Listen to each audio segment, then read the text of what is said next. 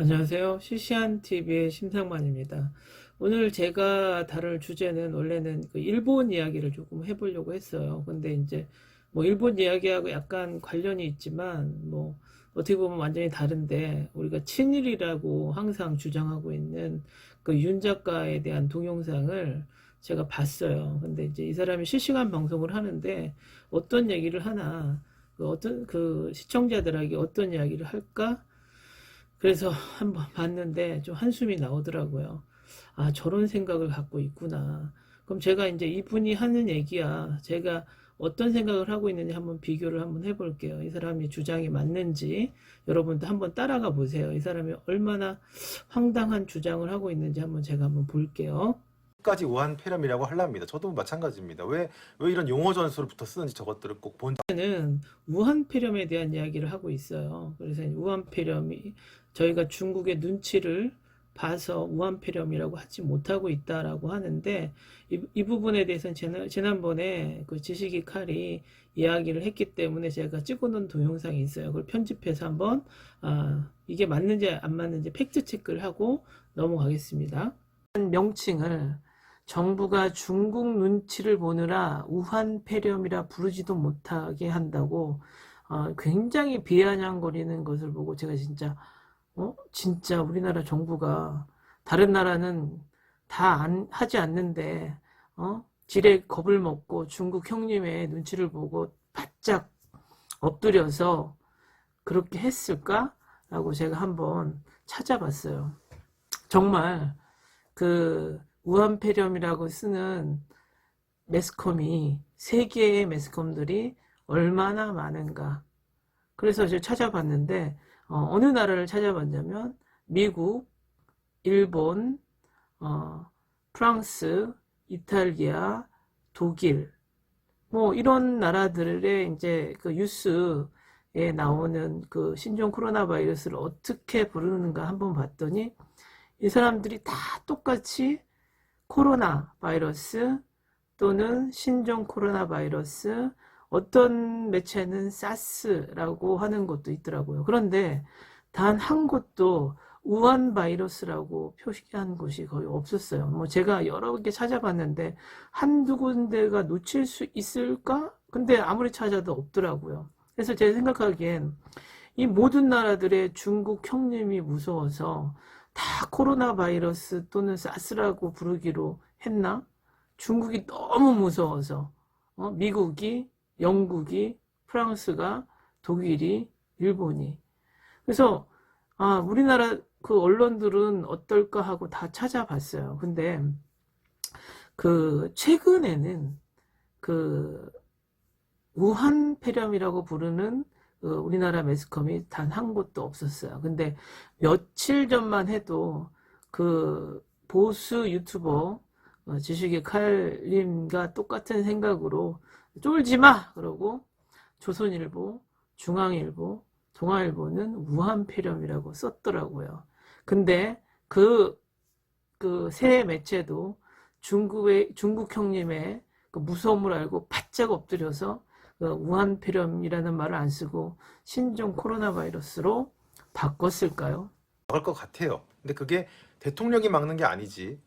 한국의 의사분들과 의료 시스템 자체가 워낙 발달이 돼 있어서 그거를 막는 거지, 대통령이 누구냐에 따라서 막고 못 막고 이런 게 아니에요. 자꾸 자기 정치 성향에 따라서 뭐 잘했으면 좋겠고 망했으면 좋겠고 막 이러던데, 사실 그렇지 않고 이건 결국 잘 넘어갈 거라고 보고 다들 곧 일상으로 돌아가지 않을까, 적어도 올여름엔 좀 돌아가 있지 않을까, 저는 뭐 그렇게 생각합니다. 근데 예, 두 번째는 지금 이제 문재인 정부가 이 코로나19에 대한 대응을 정말 못하고 있다라고 비판을 하고 있는데, 그러면 박근혜 정부가 메르스 때는 얼마나 그 잘 대응을 했고 이 사람이 비판할 만큼 문재인 정부가 그렇게 못했나, 그리고 정말 사스 때 얼마나 정확하고 잘 정부가 대처를 했는지, 노무현 정권의 그 사스 대응과 박근혜 정부의 메르스 대응을 비교하는 그 카툰이 있어서 그걸 한번 보여드릴게요. 여러분들 이 비교를 하고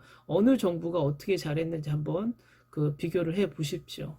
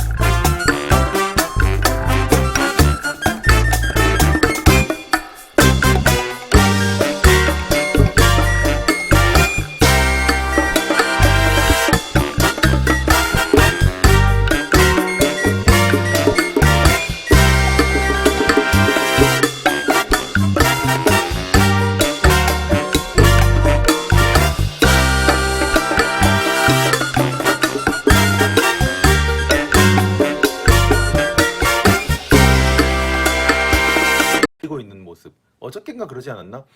이제 뭐 경제가 살아나서 체감이 좀 올라는 조짐이 보였는데 하필이면 역병이 돌아서 망했습니다. 뭐 이런 말 비슷하게 예, 세 번째는 뭐라고 얘기를 하냐면 세계 경제가 어려운데 지금 코로나19 때문에 전 세계가 어렵잖아요. 솔직히.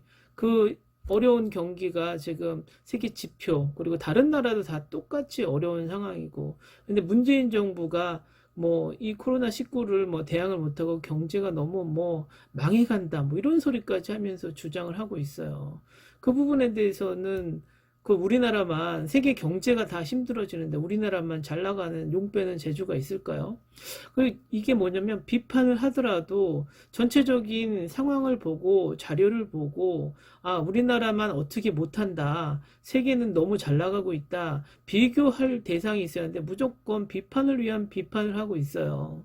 그래서 이게 비판도 상식적으로 하는 게 맞잖아요. 그 부분에 대해서는 정말 이해가 안 되더라고요. 개판이었다는 거.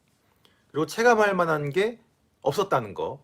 그 다음에 현재도 역병이 한번 돌면은 망할 정도로 체감이 안 될 정도로 또 경제가 망할 정도밖에 본인들의 능력이 안 된다는 거. 이거를 저 말이 맞다고 쳐도 본인들이 요 세 가지를 인정하는 꼴밖에 안 됩니다.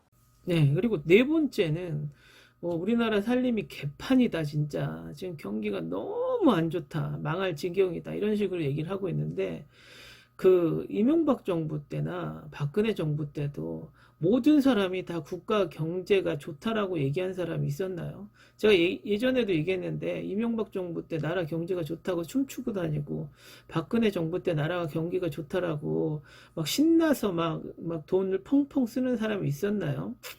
제가 그런 부분에서는 좀 자료를 가지고 우리나라가 다른 나라와 얼마나 차이가 있나, 세계 경제 부분에 대해서 정말 다른 나라에 비해서 우리나라 문재인 정부가 못하고 있다는 부분은 그 국가 경쟁력 부분이 얼마나 올랐나. 이거는 뭐냐면 국내에서 국내 경제를 바라보는 게 아니고 세계의 눈으로 경제를 바라보는 거잖아요. 그래서 지금 S&P 무디스 피치가 세계 신용도예요. 세계 3대 신용회사인데 신용도를 어떻게 보여줬는데 이명박 박근혜 정부보다 신용도가 상승했는지 그리고 국가 경쟁력 부분에서 이명박 박근혜 정부보다 문재인 정부가 뒤처졌는지 이것은 우리가 우파가 바라보는 것도 아니고 좌파가 바라보는 것도 아니고 전 세계가 바라보는 거잖아요. 그러면 이게 비교가 될 거잖아요. 그래서 제가 한번 그래프로 한번 얘기를 드려보면 여러분도 그거에 대한 체감을 할 수 있을 거예요. 물론 이명박 박근혜 정부가 아주 못했다고는 얘기 안 해요. 경제에 대해서. 그렇지만 이 문재인 정부도 최악은 아니고 지금 세계 경제 상황을 봐야 되잖아요. 전 세계가 미국 빼고 미국의 그 경제 그 신자유주의 때문에 전 세계가 좀 힘들어해요. 솔직히 미국에 대항하느냐고. 우리나라도 마찬가지고 일본도 마찬가지고 그런 과정에서 얼마나 경쟁력이 있고 중국도 그 잘 나가는 중국도 지금 많이 힘들어 하잖아요. 지금 현재 코로나도 있지만 그 부분에 대해서 우리가 무디스라든가 피치라든가 S&P의 그 조사표 그리고 국가 경쟁력이 얼마나 있는지 옆에 있는 이 표를 보시면 여러분들이 문재인 정부가 그 박근혜와 그 이명박 정부보다 못하지 않고 있다라는 것을 알 수 있을 거예요. 누구의 편견 없이 한번 요 그래프를 한번 보세요. 이제는 뭔 일이 터지니까 이걸 정치적으로 이용하면 안 되는데 나쁘대. 본인들이 그런 사람들이니까 남들도 그러는 게 그럴까봐 무서운 거지. 그래서 보면은 저희 쪽이 훨씬 더 늘 객관적이고 합리적으로 말을 합니다. 그리고 지금 영상을 보시면 그 문재인 정부가 이것을 정치적으로 이용한다라고 얘기를 했는데 지금 이 이야기 자체가 코로나19를 가지고 문재인 정부를 비판하는 그 자체가 그 윤 작가가 지금 정치적으로 이용을 하는 거잖아요. 본인 스스로가 정치적으로 이용을 하면서 누구에게 정치적으로 이용한다라고 얘기하고 비판하는 건지 자기 모순에 빠지는 이야기를 왜 하는지 저는 이해가 안 됐어요, 정말. 이건 정말 모순 아니에요? 국민 분위기가 늘 한결같아서 뭐 국가적인 재난이 터져도 침착하죠, 되게.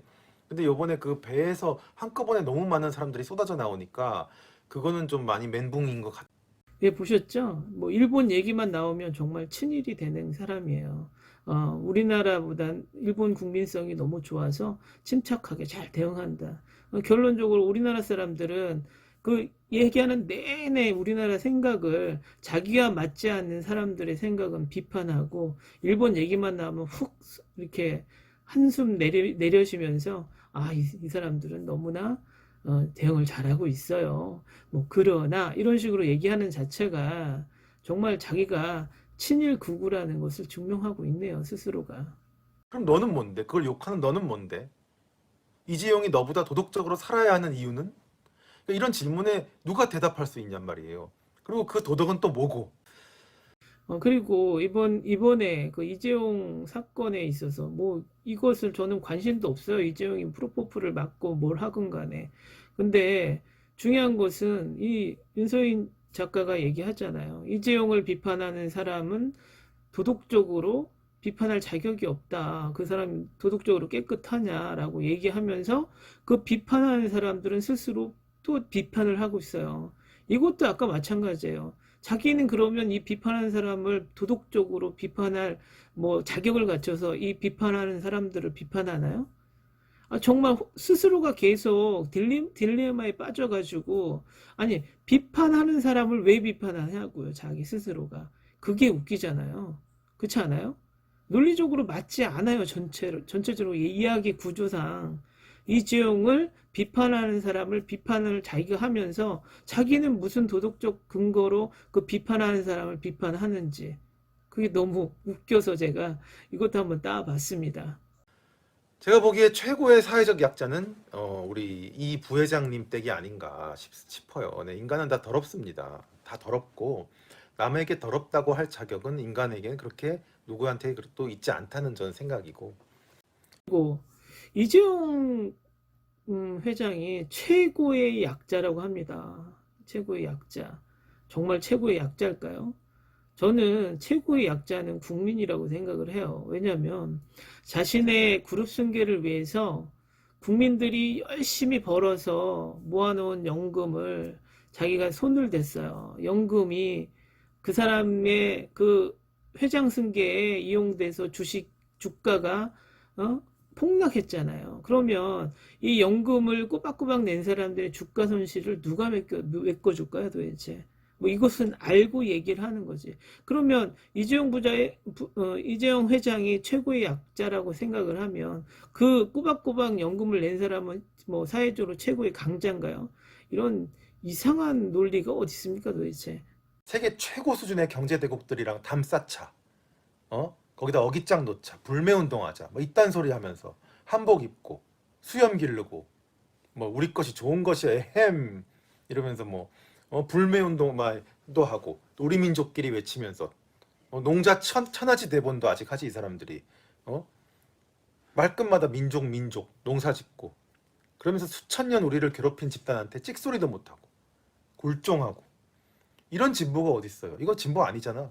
지금 국제사회에서 그 중국과 한국과의 관계는 경제적으로 너무 얽혀 있는 게 많기 때문에 저희가 사드 배치 때 한번 느꼈잖아요. 사드 배치하고 나서 우리나라 경제가 중국과 연관이 돼서 중국이 그 경제를 가지고 막는다면 우리한테 막대한 손해를 보고 있어요.